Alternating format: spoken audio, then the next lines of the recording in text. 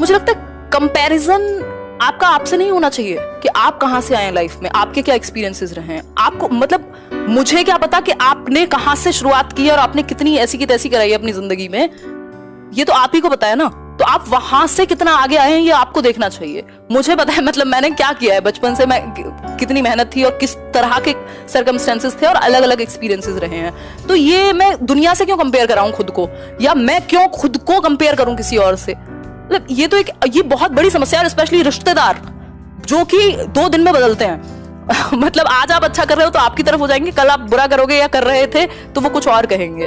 तो लोग चेंज होते रहते हैं, कोई कुछ भी पक्का है ही नहीं। तो कंपैरिजन करना है तो खुद की लर्निंग और खुद की अंडरस्टैंडिंग को बढ़ाने पे खुद से ही करना चाहिए कि यार देखो जब मैं कितना बेवकूफ था, अभी मेरी समझ कितनी बेहतर हो रही है।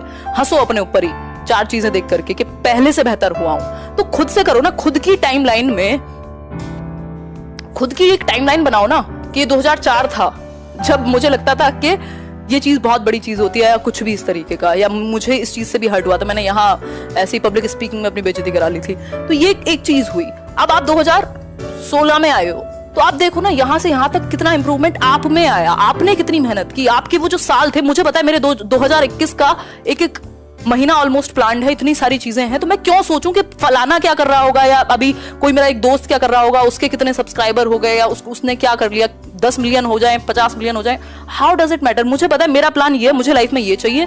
हर किसी को एक प्लान बनाना चाहिए। हम इस चीज पे फोकस नहीं करते, बस फालतू चीजों पे फोकस है हमारा कि भाई मेरी लाइफ ये है, अभी मेरी मान लो एज 23 है, मुझे 30 तक ये मेरे कुछ गोल्स हैं और मुझे एक पीसफुल लाइफ चाहिए। तो उसके लिए चाहे एक नौकरी की तैयारी करनी हो सकती है, अगर वो होती है अपना बेस्ट देने के बाद, यदि नहीं होती है तो मैं दूसरा प्लान भी अपनाऊंगा। तो आपके पास अपनी लाइफ का प्लान होना चाहिए, बजाय कि आप 70 लोगों को एक कंपैरिजन करें। या फिर ये बात जेलेसी की, मतलब जेलेसी क्यों, इंडिविजुअल डिफरेंसेस तो फिर आपने खत्म कर दिया। अगर सबके पास सेम अपॉर्चुनिटी होगी, सबका दिमाग सेम सिचुएशन में सेम तरीके से चलेगा, तो फिर तो सब रोबोट्स हो जाएंगे। तो मुझे लगता है कि नहीं करनी चाहिए। और एक और चीज है, अगर कोई भी कुछ भी कर रहा है जिससे आपको जेलेसी हो रही है, तो आपको एक चीज जरूर एक्सेप्ट करनी पड़ेगी कि वो कुछ तो अच्छा कर रहा होगा, कोई तो एक चीज होगी जो उसे वो करने दे रही है जो जहां वो है आज, उसके पीछे कोई तो रीजन होगा। टोटल तो लक भी नहीं होता, टोटल तो कुछ भी नहीं होता। तो और सबकी लाइफ में अलग अलग टाइम पे अलग अलग अपॉर्चुनिटी नॉक करती है, आप कितना उसको भुना पाते हैं, आपका क्या नजरिया है चीजों के प्रति।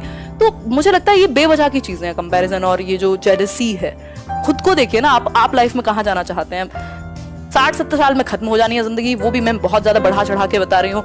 उसमें भी फिर आप ऐसी जिंदगी जिए जो जिसमें आप कंपैरिजन ही करते रह गए।